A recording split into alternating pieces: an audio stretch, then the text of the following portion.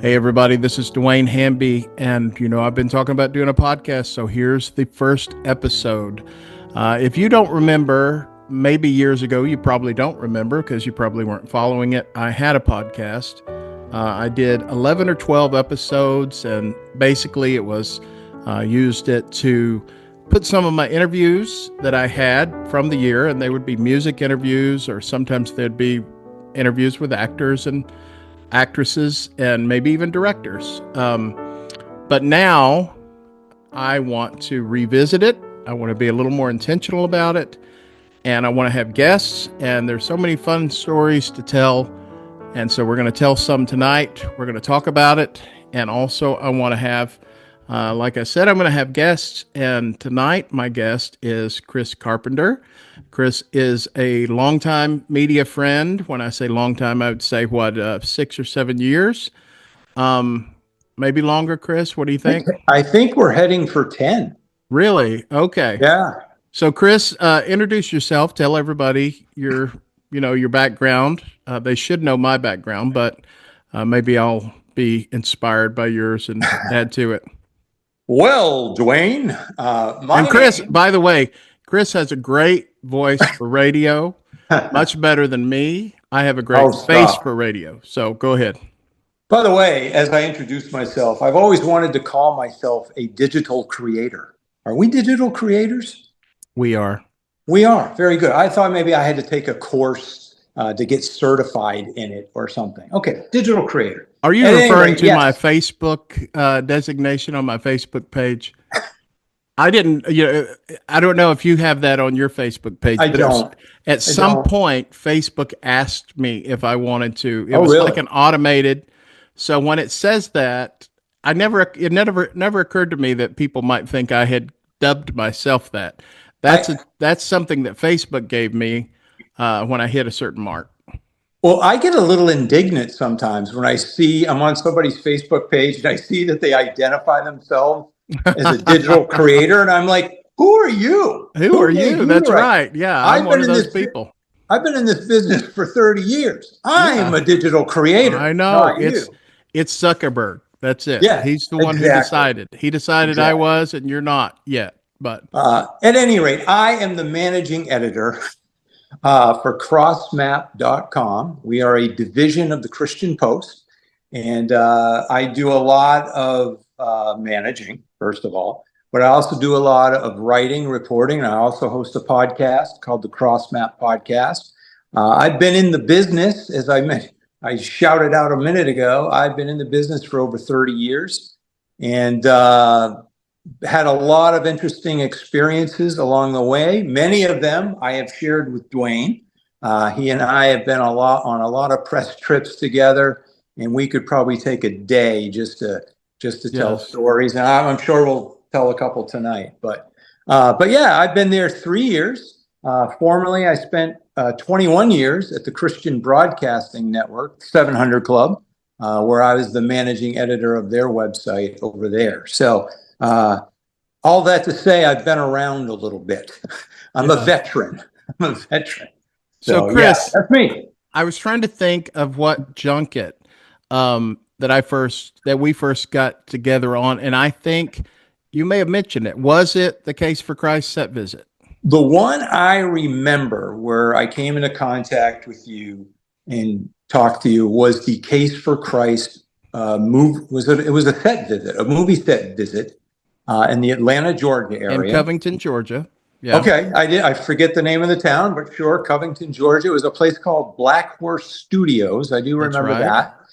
And we were there to cover that movie. Of course, that's the story of Lee Strobel's book that he wrote. Lee's a former journalist for the Chicago Tribune and other places. But he had written a book. It's a watershed book, still popular to this day. And they were making a movie about it. And you and I and several other folks from the faith media were there as well. And what I always like to point out to you, and I remember and I laugh at, there was somebody there taking pictures. And there's a picture of several of us gathered around a conference table asking the director or one of the actors questions. Right. And I'm the one asking the question. you're sitting right beside me, and you're like staring at me, glaring at me like you're about to punch my lights out. Like I'm so unhappy. You look very unhappy or disgusted with whatever I was asking as a question. So that was my introduction to DeWayne Hamby. Yeah. But from that point on, we have developed a nice friendship. Yeah. Over the years, we're buddies, and it's been a lot of fun getting to know you, becoming friends, and here we are tonight. And I overcame my disdain for your question. No, I didn't. Absolutely. You know how when pictures are taken and it's not like in your best moment, or you're just like, you're not smiling at the moment. And I've seen that picture, and I remember you commented on it like, why are you so mad at me? Well, yeah, that's what it looks like. It looks like you want to get me in a chokehold. That's what it looks like. Yeah. So we have another really good story that's very similar to that we will share in the future when we talk about when we were with Dolly Parton. Yes. So watch for that in a future podcast. Chris will be back on to tell his side of that story, and I will tell mine, and it's entertaining. I will say that was quite a trip, in that there was that story, and then of course I still call it the best press junket we ever attended. Oh, absolutely! It was amazing, that trip. Yeah, so yeah. We'll leave that for we'll another. wax very poetic on that in the future, and that's talk a whole other show. Oh yeah, we could talk about Dolly with this whole season could be there, but we will contain it to that episode for then, and then maybe we'll have a future. We've been secretly pining for another press junket like that. Yeah.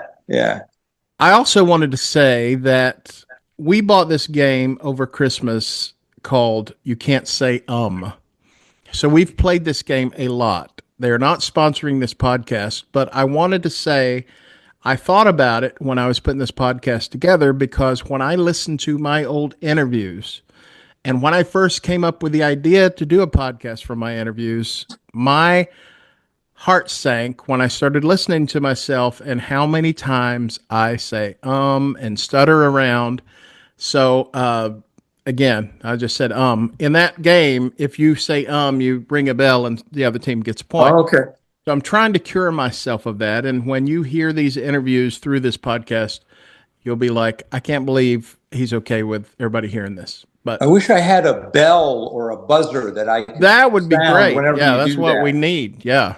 It's nothing more than a vocalized pause is what it is as you're gathering your thought. Right. Yeah. And now I'm being very self-conscious about saying, I'm trying not to right now. So I will say about that game, the girls were behind and us guys were ahead, and it was my turn, to get us to the end. We only had 3 points. And I said so much that the girls passed us and won the game on my turn, even though it was supposed to be my turn.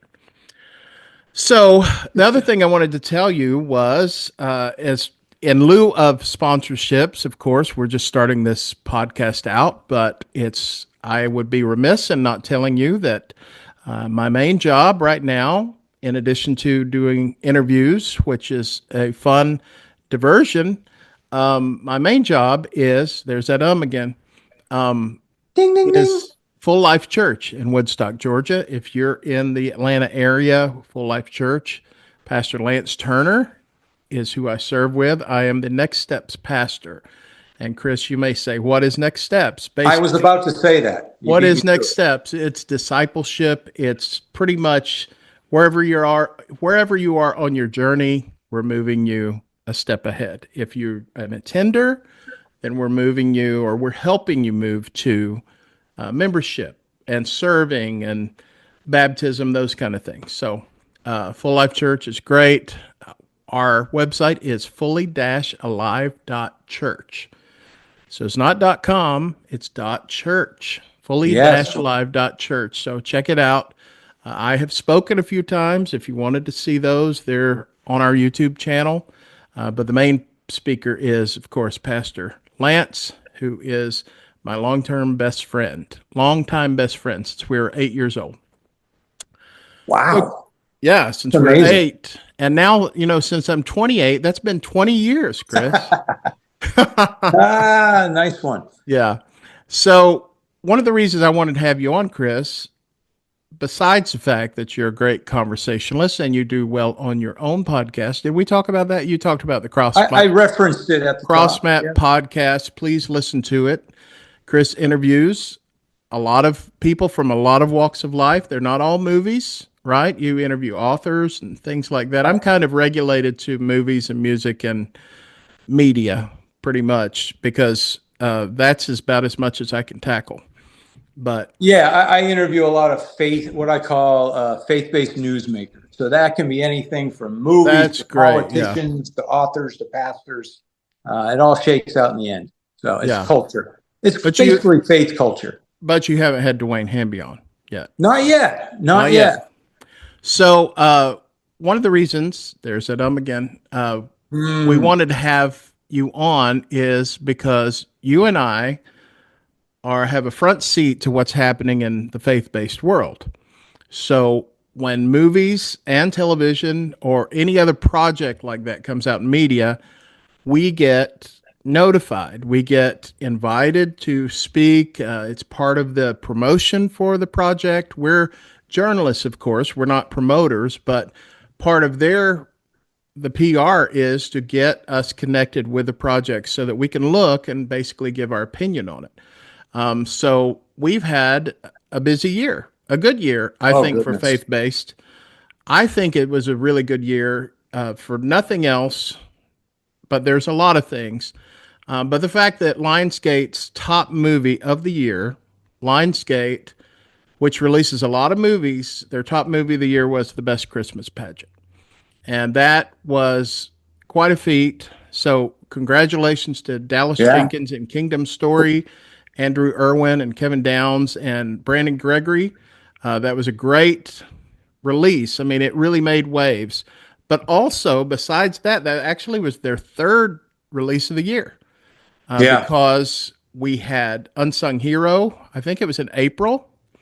Yes. And then we had Ordinary Angels before that with Hilary that was Swank in the winter. and Alan Richton. I think it was February. It was delayed. And it wasn't delayed because of COVID.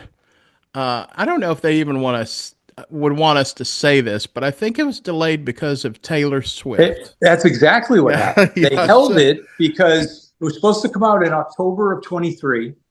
And at that month, Taylor Swift's Eras Tour, which I have seen. I confess, I saw it. So they made a strategic decision to hold it until February, which I think was wise. Absolutely. And it's a great movie. I really enjoyed it. I don't think it performed as well as they had hoped, but still a great film. I felt that way too, Chris, but I will say that last time I spoke to Kevin about it, they consider it a success. When they look at all the from their vantage points, they felt like it was a success. I loved it. I thought it was going to, actually, I thought it deserved to be in the talk of Hilary Swank, as an actress nomination for it. Alan Richton was great in it. And I had a good time. I went to the premiere in New York and interviewed everybody. It was just a great time. They're really nice. I met a lot of people. So I was really excited about that. Unsung Hero, I loved. Yeah, I loved it too. But I'm a Christian music junkie from way back. So you talk about Christian music stories and mix in Christian music, and I'm there. What I loved most about that movie was that they mixed in, or they brought into the script and into the film, a performance by Stryper, the 1980s hard rock Christian heavy metal band. And interestingly enough, Luke Smallbone, part of the For King and Country duo with his brother Joel, he played the lead singer, Michael Sweet, in Unsung Hero. And actually, I think all the Smallbone kids, there are 7 of them, they all had some sort of a role in that movie, including Joel starring as his father. So that was a lot of fun, that film. So I will tell you my first, I knew David when Rebecca was out. Sure. I promoted a concert with Rebecca back in the 90s, and David was the manager. Her brothers were singing for her, road manager, all that stuff. They were, her whole family was intricately involved. Mm-hmm. But I remember David the most, who's really the subject of the movie. David rode with me after the concert to the after concert signing that we did. And he was just very down to earth. I thought he was just such a great guy. So for this movie to be about his life, I thought it was great because he made an impression on me back Sure. then. And that's been, 20, 30 years ago. Oh, yeah. And I also tell Joel that I remember when he was a little boy, he was jumping around on stage Oh, wow. with Rebecca at that concert. So I first met Joel and Luke in 2003 at the Creation Music Festival. okay. Rebecca St. James, their sister, was performing at that. And I was there doing interviews. And I was backstage in this trailer, like the green room, basically, interviewing Rebecca.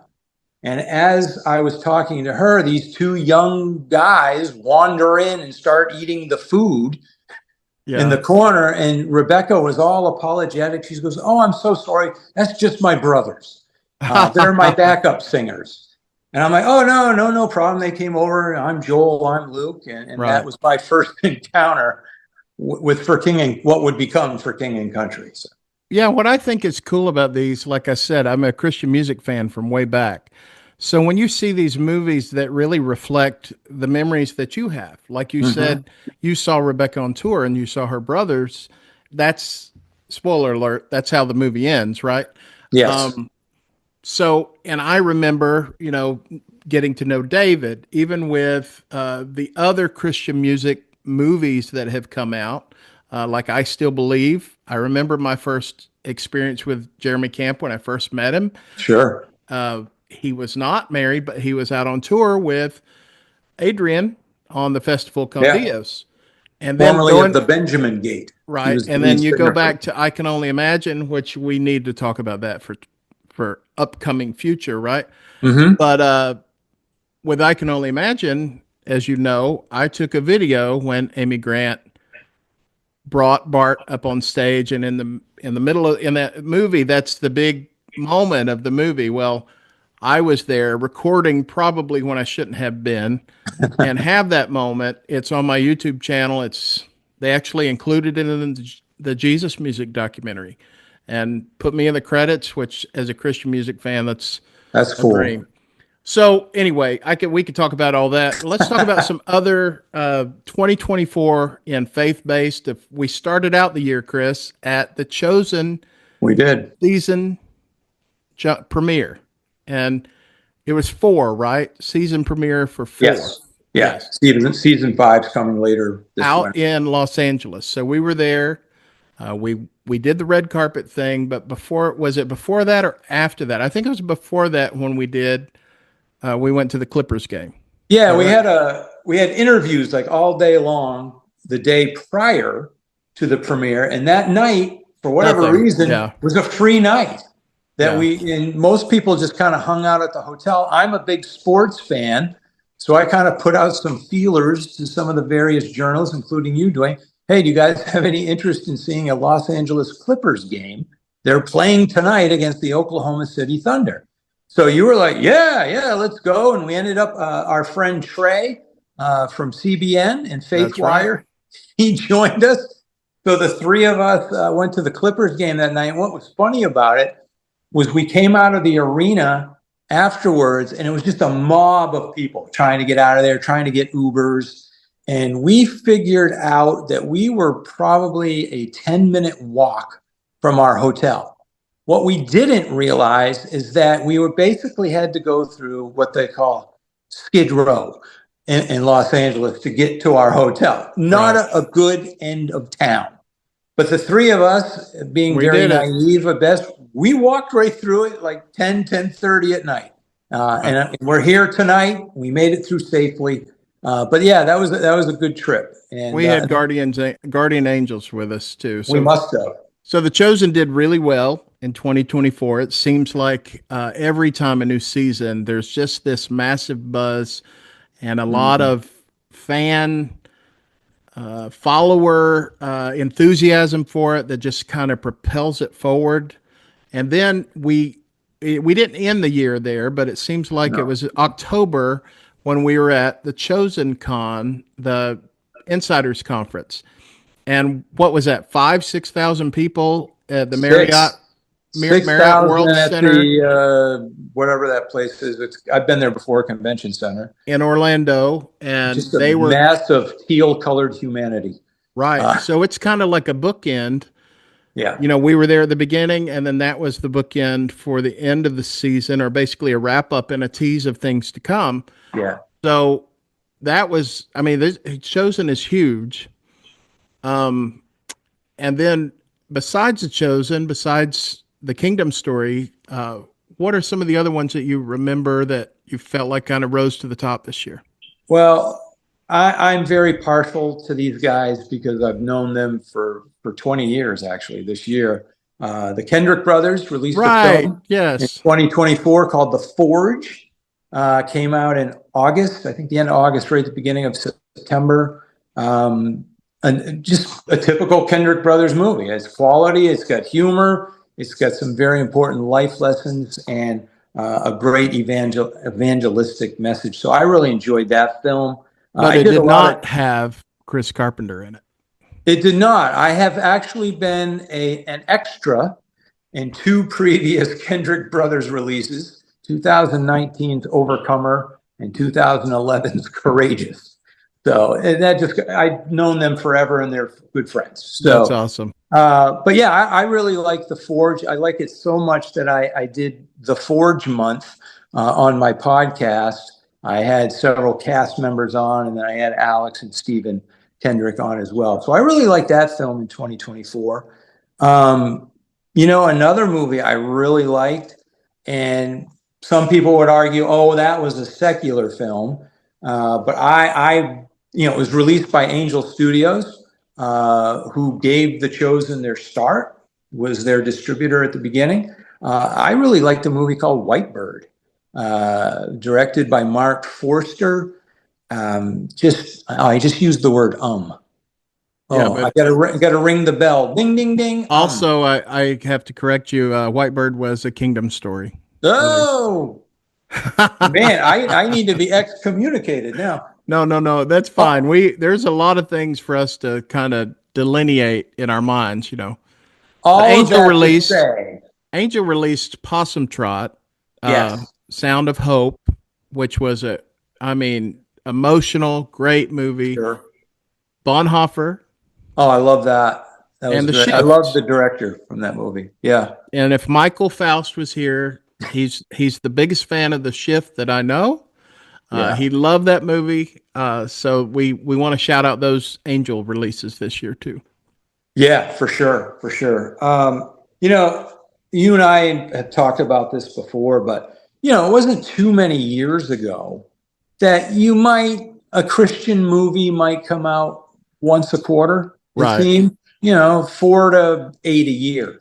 Well, now it seems like there are 4 to 8 coming out a week. I mean, it really feels that way. I mean, way back when, you had the Kendrick brothers and Sherwood Baptist Church doing movies. But now we have them. We have the Kingdom Story Company, who we've referenced, Angel Studios, great American pure flicks. I almost said just That's pure right. Yeah. There's a lot of what I would call movie studios now that are really just churning out a lot of product. And it's not just fluff. It's good product. It's good content. Right. Great messages, salvation, evangelical messages. It's just, we're in a place right now where I feel like it's already started to explode, but I think 2025, it's just going to just blow up huge this year. We also could, and people could probably argue back and forth whether or not it should be included, but Reagan it was a movie that was marketed to us, right? We were called on. I interviewed Dennis for that. You probably did too. But it had a lot of faith element in it, even though it was really primarily a biography of Ronald Reagan.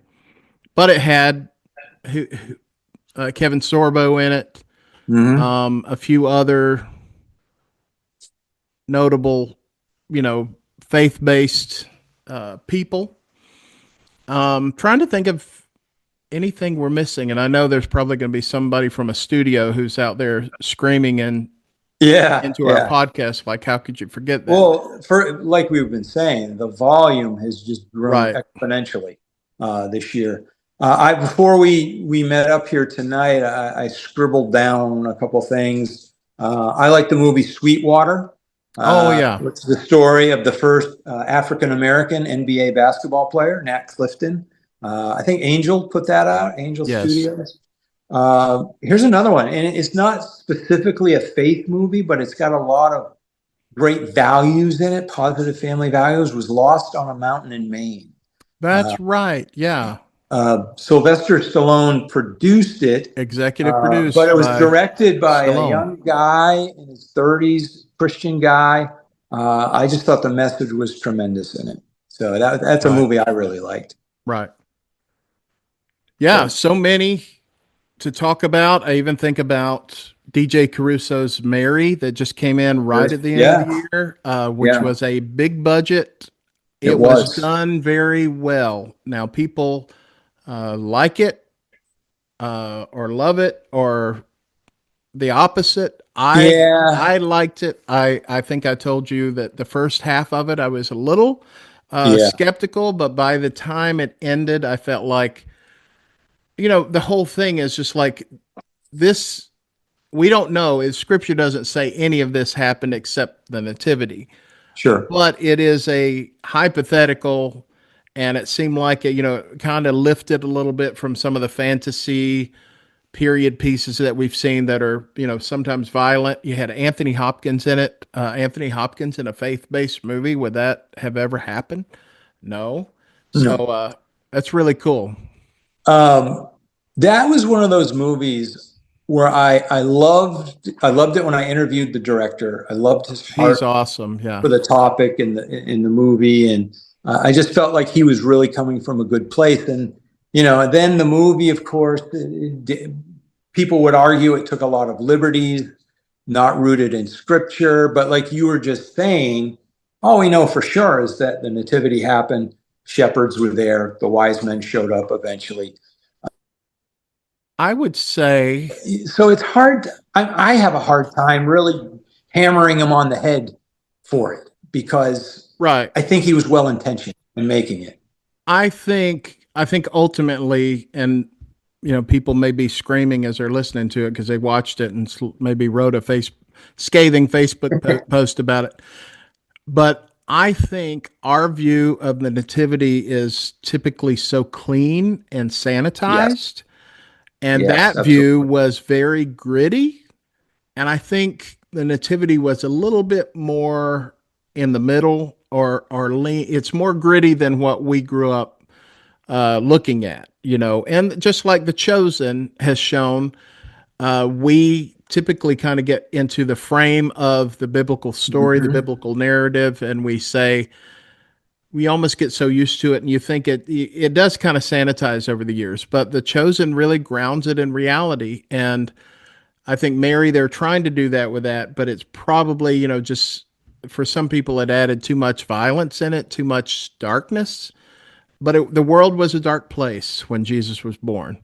We know that Herod, sent out the decree to kill babies. That's how dark it was. So it doesn't necessarily fit with our, the flannel graph story that we grew up watching, and the same nativity that they depicted. Of course, they mentioned Herod, in Best Christmas Pageant Ever too. But I love your flannel graph reference. That takes me back to when I was a kid in Sunday school. And my grandmother would teach using these little characters from the Bible she'd put up on the... Yeah, I love that. Well, that. When we met, we were on set with The Chosen years ago, and they're in Dallas. Yes. And that's when you and Michael would not bring me a Coke when you thought I had COVID. But we're not going to get into that. And it was like One of the 95 degrees. Yeah, and one of the Okay. chosen actors, I told them about flannel graph. I think we were sitting at one of the round tables.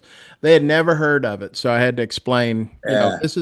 This is a far cry from flannel graph Bible stories. No, I would definitely agree with that. Hey, speaking of Anthony Hopkins, who played King Herod in Mary, we can't forget a film that opened up the year in January last year, Freud's Last Session, which starred Anthony Hopkins, where it was C.S. Lewis in a conversation with, was it J.R.R. Tolkien? No. Yes. No, it was Freud, with Sigmund Freud.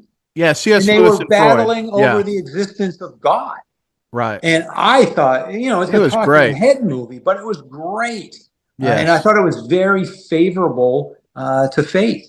Yes. So yeah, that just a lot of good talking about Anthony Hopkins. I was like, oh wow, yeah, we forgot that one. I got a lot of good lines in that. And speaking of Anthony Hopkins, it's interesting that he played a similar thing with the two popes, him and you're right. And that was Freud's Last Session and the two popes are both fictional. What if these two people met and had these conversations? And this is what we think the conversation would look like. The other Anthony Hopkins movie that you reminded me of was One Life, which was is excellent movie. I spoke to the daughter of the real life. Wow. I think, I spoke to somebody. No. I'm getting my stories confused. That was Arena's Vow, which was also awesome. Oh, yeah. Arena's Vow was an amazing amazing Holocaust movie. I mean, when I say amazing Holocaust, it sounds I get where flowery, but I mean, it was a gripping, let's say that. It just was an emotional one. And Arena is a great hero of the faith. What she did in that movie is incredible. Spoke to her daughter about it, and the young girl who plays Arena in that movie. But with One Life was the one with Anthony Hopkins. You have seen the reel. Everybody's seen the reel or the video of the man in the audience, and then they say who in here, owes their life to, and I can't even remember the guy's name, but some podcast host I am, but anyway, it's a story about how he rescued all these children. Right. And I was able to, that was one of my highlights of the year, interview Helena Bonham Carter about it. Nice. And she was in her home. She had a nice little, she didn't blur it out like I did, but she had little, trinkets on her dresser. She's an interesting character. Yeah. Oh yeah. And she's been in everything. She's famous Harry Potter villain, but she's been in Alice in Wonderland. She's one of the greats, really, honestly. Quirky roles a lot. Yes, but she was married to Tim Burton. She disappears into those roles. She makes her mark. She's not a wallflower by any means, but we had a great conversation, and at the end I told her that I was so excited about the movie, and you can see this on my YouTube channel. She does this like we're cheerleading the movie. She's like, yeah, One Life, So anyway, back to The Chosen. Oh, yes. Elizabeth Tabish, who is always a great interview. She is so nice. She's a great character on the show. Everybody really connects with Mary Magdalene, and she also was in the best Christmas pageant ever. She has a new movie coming out called Beyond Borders, and I just recently had a chance to speak to her about it. So I'm just going to play a few clips from that interview so you can hear her talk about it. It's coming out the end of January. It's a faith-based movie, and I just think Elizabeth is such a great actress, and it's always, the more you see her, the more familiar you are. I've said this to some actors. When you see them on screen, you're like, oh, there's my buddy. Now, not that you're delusional and think that you're really buddies, but you have this familiarity with them, and she always does good. Now, the first time I saw Best Christmas Pageant, I didn't know she was in it because she was wearing that wig Mhm. and she was playing a opposite character, you know. But anyway, Beyond Borders, everybody can look forward to seeing that. I think we're under embargo, but we do Yeah. have the screeners for it, and we would encourage people to see it. Anyway, Liz is going to talk a little bit about it. So, I was approached by Isaac Norris, who is one of the producers, and he told me he's got this script. And the second he told me it was about an Armenian family, I was super, super eager to read this story and hopefully it would work out. And I got the script and I was really, really moved by it. The character that I play, I saw my members of my family in her so much. I really recognized a lot of her attitudes and reactions to things and sort of emotional state. And I thought I can do this. I understand this, and I'm part Armenian myself. So it was just a really, I've been wanting to help tell an Armenian story for some time. And so I was very excited to get to do so. it's got to be special though, how uh, the industry is diversified and is telling stories that are not the typical story. I'm a member of the Critics Choice Association, and I've seen way just in 3 years I've been part of that, I've seen increased diversity. So like you say, come having Armenian heritage, that has to be something special for you, right? Yeah, that's it's true. It's when I was younger and getting into acting, I I knew that I didn't look like everyone else, and I've got a lot of mixed heritage in me. So I'm Armenian, Lebanese, Italian, French, German, English, so like lots of different things. But I always knew that I looked a little different, but never fully one culture. And so it did feel like a struggle for some time to find my place in this industry. And would audition for Hispanic roles while I was in Austin, Texas. I'm like, that's not me though. I don't understand the Right. cultural, elements the same way that someone else would. So it was a very frustrating thing. And then I would say The Chosen is the first thing that I have booked and played where I didn't have to ignore my ethnicity or hide my ethnicity or pretend to be something. Um, and it was so freeing to just to be able to to um to look exactly how I look. And then this is the first story where I get to play an Armenian character, and it's sad to say, but it's the first time I've even, had an audition for something like that. So, yeah, I don't know. I'm glad things are changing. I'm glad that more stories are being told and more people are feeling represented on the screen. So the story is about, is it refugees? Is that I haven't had a chance to see the movie, so Yeah. It's a family, it's an Armenian family that were born and raised in Azerbaijan. Their entire world is there. That's their home. And they've got these fantastic jobs and they're really secure. And then tensions against Armenians worsens to such a degree that it's dangerous to stay another night. They have to leave immediately. And so they flee to Russia, to Volgograd, and although they're allowed to stay there, technically they are not welcomed with open arms. They still face a lot of threats and bullying, um, and so while they're there, they end up finding refuge in this Christian church that's started by American missionaries. And their background's a communist culture, and so this is really unusual for them and really different for them. And they find a lot of solace and peace and new ideas and understandings of how you can be in this world through that. And that's sort of the thing that brings them to America as they apply for citizenship. And And yeah, there's this sort of parallel story going on where they're seeking home, and they find home in America, yes, but they also have found home in their faith and in God too. Oh, that's so 2025. Angel keeps announcing a lot of new stuff. I mean, they're really on a roll.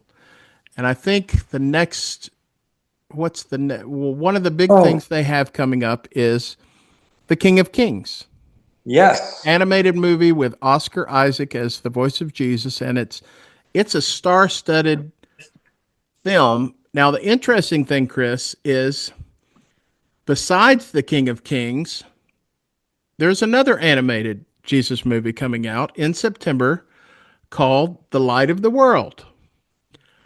And Now, it's also now. If King of Kings to me looks a little Pixar-ish, that 3D mhm. animated, Light of the World to me looks a little bit more traditional Disney style.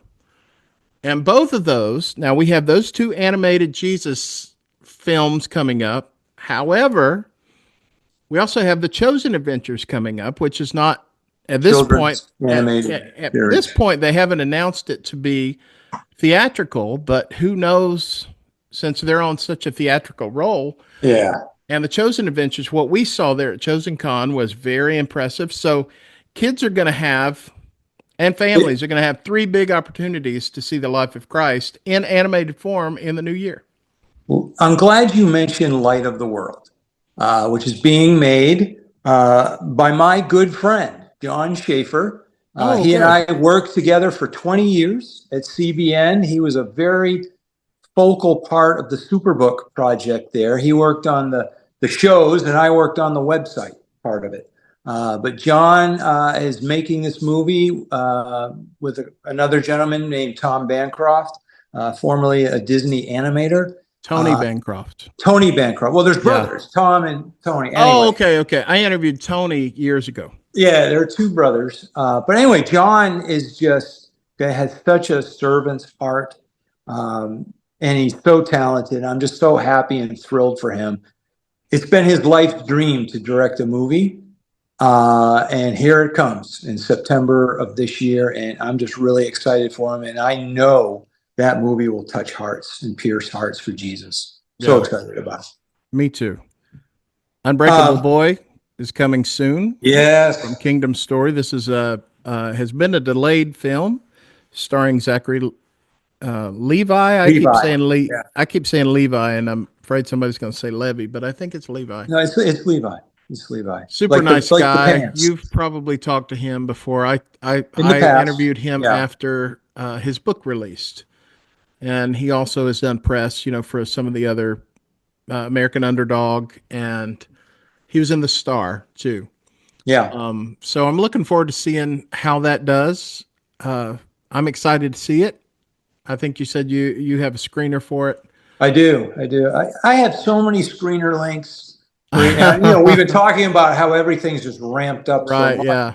I've probably got 5 or 6 screener links right now that I haven't seen yet. Right, yeah. And I feel like, our friend Michael Faust, keeps saying he's going to be buried with screener links, and we're not even out of January yet. Right. So, yeah. as we're taping this. So, quickly. Plus, speaking of screener links, not faith-based, but as a member of the Critics' Choice Association, we have a site where all the studios put their films for consideration for the awards. We just have announced the awards, as you know, because of the fires that are happening. Yes, they have not come up with a new date for it, but there are dozens of films on that streamer, and some of those have not even come out in the theater yet. So through the holidays, I would check out them as much as I could. But anyway, you were going to say another thing. I was just saying, a film coming up. It will probably be out by the time this podcast releases. It's an Angel Studios release called Brave the Dark. Oh yeah, and I'm excited about it. And this is a shameless plug. The real life character or person that this movie is based on is one of my recent podcast guests. His name's Nathaniel Dean. And it's about a guy, his tragic incident happened to his parents Yes. when he was 5 years old. And then he was put in an orphanage and then went through a series of foster homes. And then eventually he ran away at 16 and was living in his car. Right. However, and a lot of times when that happens, a kid just falls through the cracks. They end up in jail, or even worse, they end up killing themselves. Right. But by the glory of God, a teacher took him under his wing and basically saved his life in a way. Well, with God's help, yeah. of course. It's an amazing story. If not for this teacher, who knows what would have happened to Nathaniel Dean. I seem to have this wealth of knowledge. It's because I've been doing prep today, this afternoon, for my podcast taping, which is tomorrow. So there you go. And we're both talking to the Valiant One. Yes. Creators on Friday is a military story. These guys also gave us what everyone knows. One of your favorites. Is one of my favorite movies of all time, A Week Away. That is one of only two that I'm aware of, faith-based musicals that are movies. Right. There's that one, and then there's the one that came out about a year ago. It was a Journey to Christmas Bethlehem. movie. Journey to Bethlehem. Thanks. They're behind both of those. These guys are behind both. But they're the only two that I'm aware of that are full-fledged faith-based musical movies. Well, I did want to say this. I'm so grateful for you being on here, Chris. And those of you who are listening, we're very grateful for you listening. If you were not interested in the year in faith-based entertainment, I apologize. Not every podcast will be about this, but we just thought it would be a good place to start. And the next year is coming up. So we're giving you a little bit of preview of who may show up on the podcast, on mine and Chris's podcast. We have separate. We're going to, we are dividing and conquering the podcast world. Me and Chris. No, Chris has already done it. We are going to just control and dominate the podcast world. Joe Rogan, look out. That's right. Yeah, he's running scared. I did want to say before we signed off that we are praying for those people in California who've been affected by the fires. And I don't know who all has been affected by it, but we do know Kristen, who we have met recently. She is a film producer. Her name is Kristen Brancaccio, I think. Yes, maybe how you pronounce it. Very sweet. She was one of the producers of this movie this year, 47 Days with Jesus. Was that correct? Yes. And we interviewed with that. We featured that. I think probably both of us talked about it in our media outlets. But anyway, we're praying for her. It's just hopefully in times like these, I know for myself when we've had sickness strike or hard times, the other side of it is that you know how much people care because people reach out, and you can hopefully she can feel the compassion and she can feel the prayers that are being offered and the love that's being directed towards her. She also has a GoFundMe. If you want to look for it, it's Kristen Brancaccio, and she is a film producer. She has produced and directed music videos in the past as well. Yeah. So anyway, we're praying for you, Kristen, and everyone out in LA who's been affected. We've been to LA so many times, and I'm always like a kid in a candy store when I go out because growing up as somebody who loved watching movies and television and see all those sites and get to meet the people who make them, and now they're just being affected. And so, like I say, just such a devastation. That I've not personally witnessed, but what we see on the news is just hard to even imagine. So we're so sorry for that. Our thoughts and prayers are certainly, like you were saying, we know so many people out there.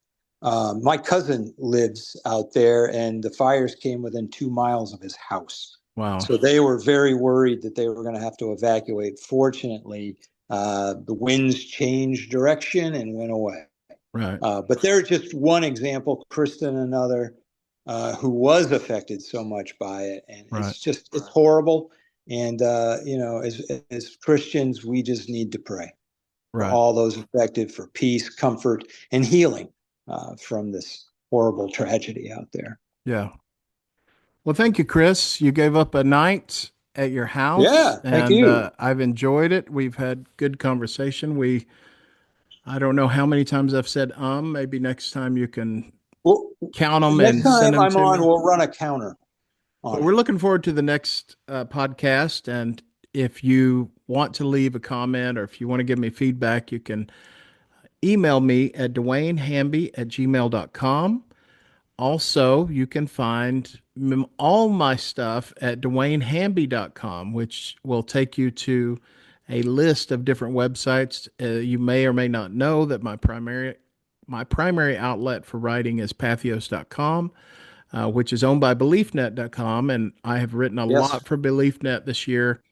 So you can find those articles. You can find YouTube videos. I have a few that have gone viral, such as the time when Amy Grant gave Bart the song back, and one time when we asked Lauren Daigle if she was single.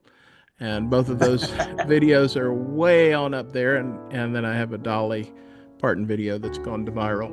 So you can find those and everything you ever wanted to know, which is probably not much. You can find those there. Anyway, thank you for listening, everyone, and we hope to connect. And please continue to listen and tell your friends and subscribe. And we will talk to you next time. Thanks again, Chris. Thank you. That's right.